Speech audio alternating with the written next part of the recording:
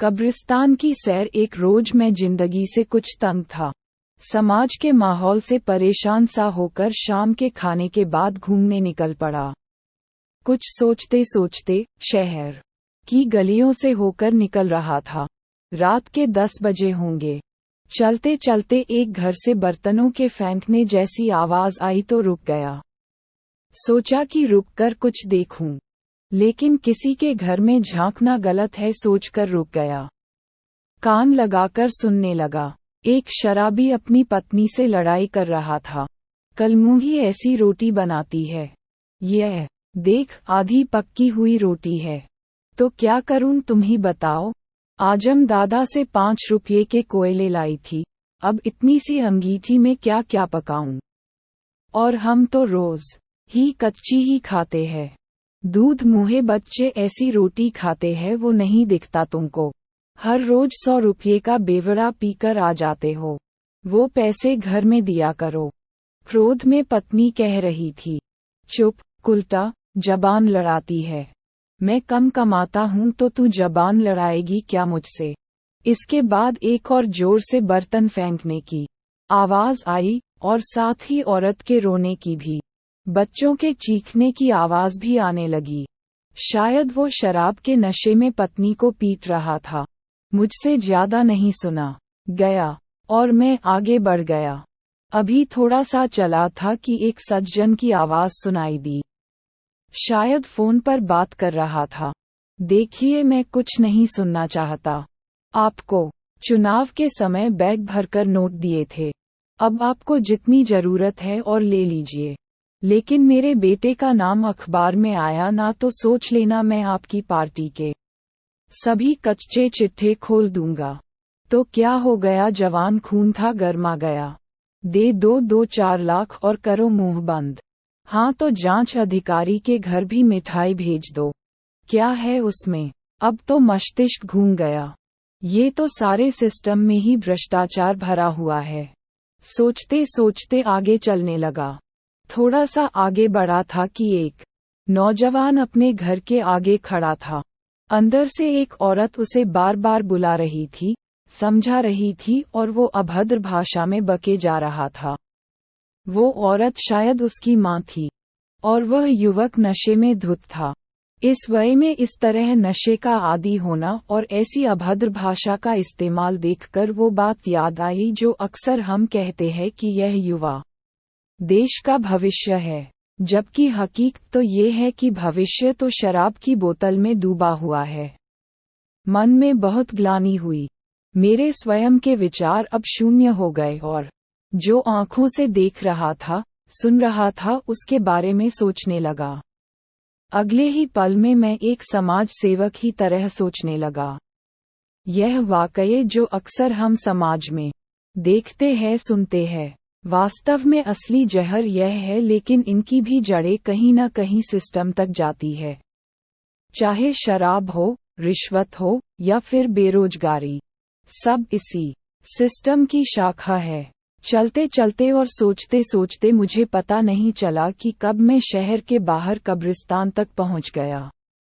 बाहर कुत्ते भौंकने लगे, जैसे कि कह रहे हो कि तुम यहाँ क्या करने आए हो।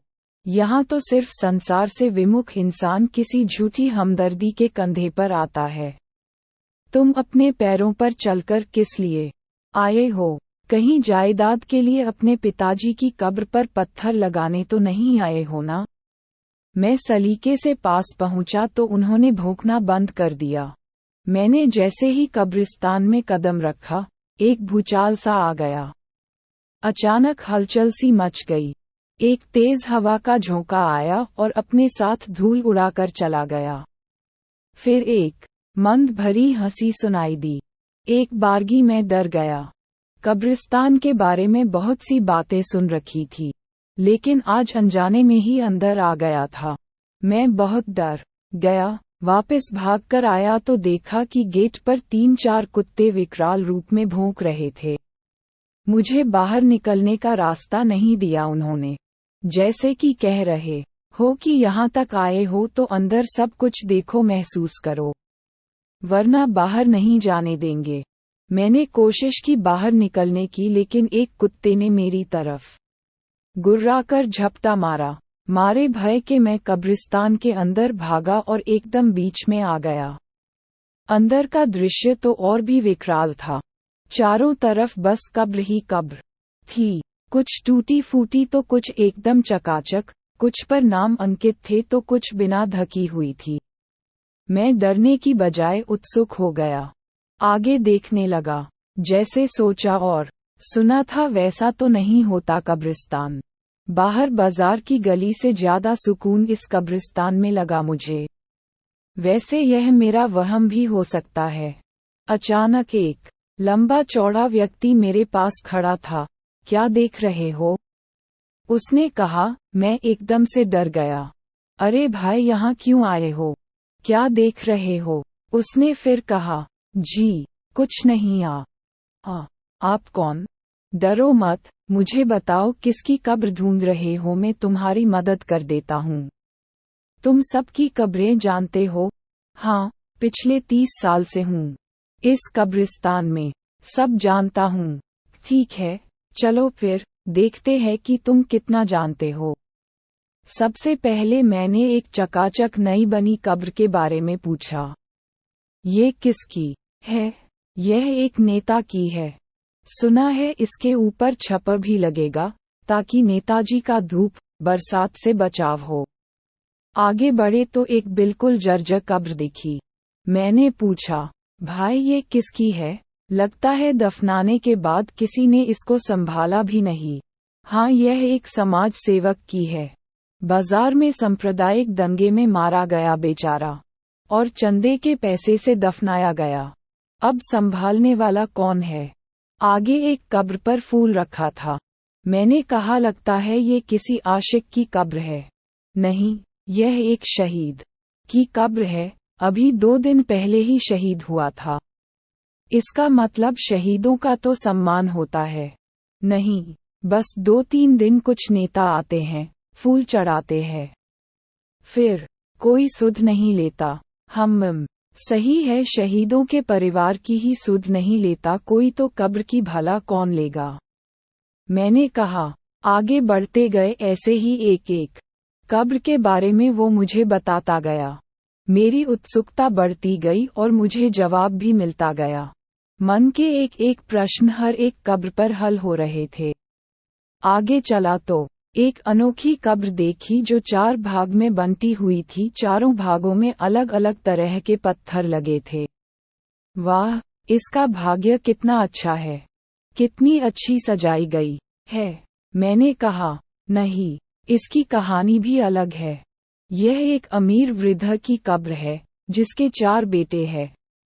अंतिम सांस तो बेचारे ने वृद्धाश्रम में ली, लेकिन मौत के दूसरे दिन ही चारों बेटे आधम के, और हर चीज का बंटवारा भी कर लिया। लोगों को दिखाने के लिए मुर्दे की कब्र को भी 4 भागों में बांट दिया। मैंने एक ठंडी सांस ली।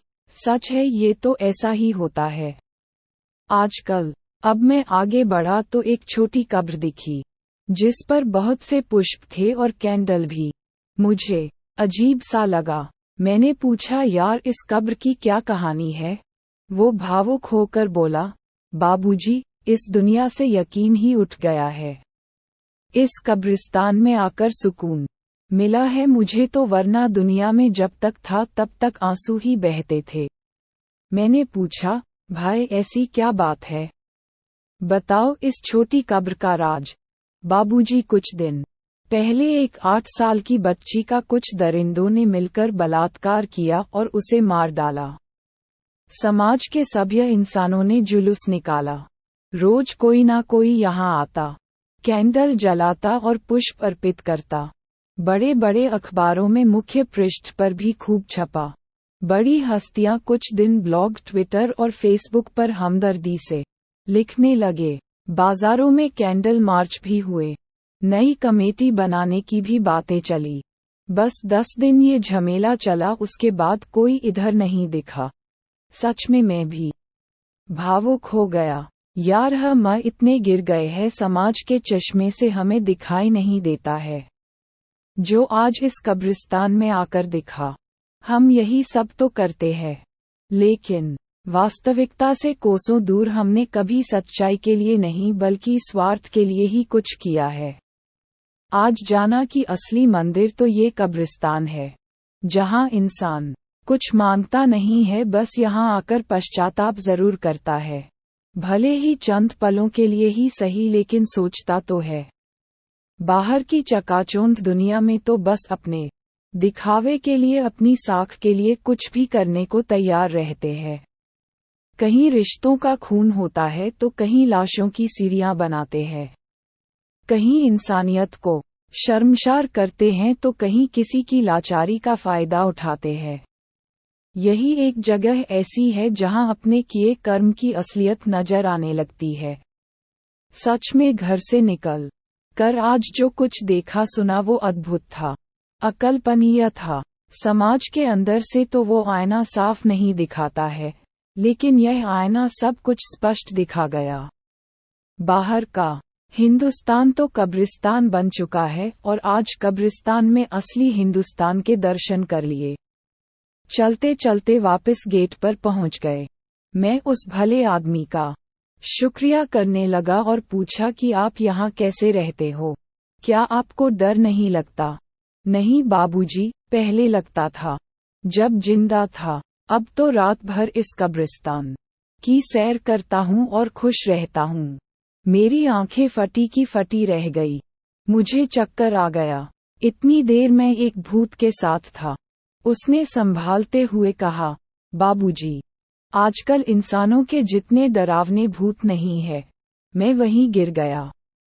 अचानक बीवी की तेज आवाज से आंख खुली तो पता चला कि घर पर सो रहा हूँ।